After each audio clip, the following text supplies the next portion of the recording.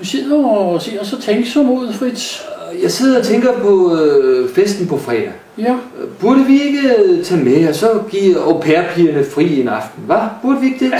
Jo, det var da en udmærket idé. Jeg kan godt huske gymnasiet. Det kan jeg. Kan du ikke huske hende den lille der? Hende den lille med, du ved, hende den lille med... Hende den kloge? Ja, den kloge, ja. Jo. Og Birgitte og Hanne og Tove og Susanne og Agnete og det var alle sammen. Alle de der piger, vi kyssede. Jeg kan ikke rigtig huske, hvad de hed. Jeg kyssede dem bare. Jeg kyssede dem bare. Det er jo også det. Det er jo også det handler om der. Ja, jeg har læst et sted, at de unge piger, de skulle være blevet så dygtige til at drikke nu.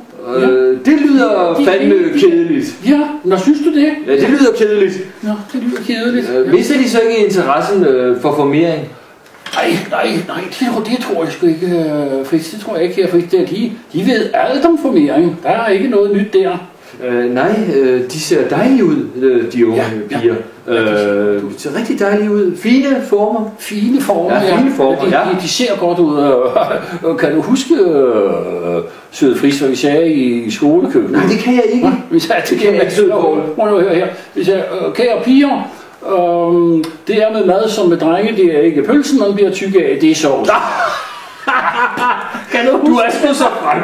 Men fræk på den. Fræk på den dejlige måde. Synes du, jeg er fræk? Jeg synes, du er meget fræk. Ikke så fræk som dig.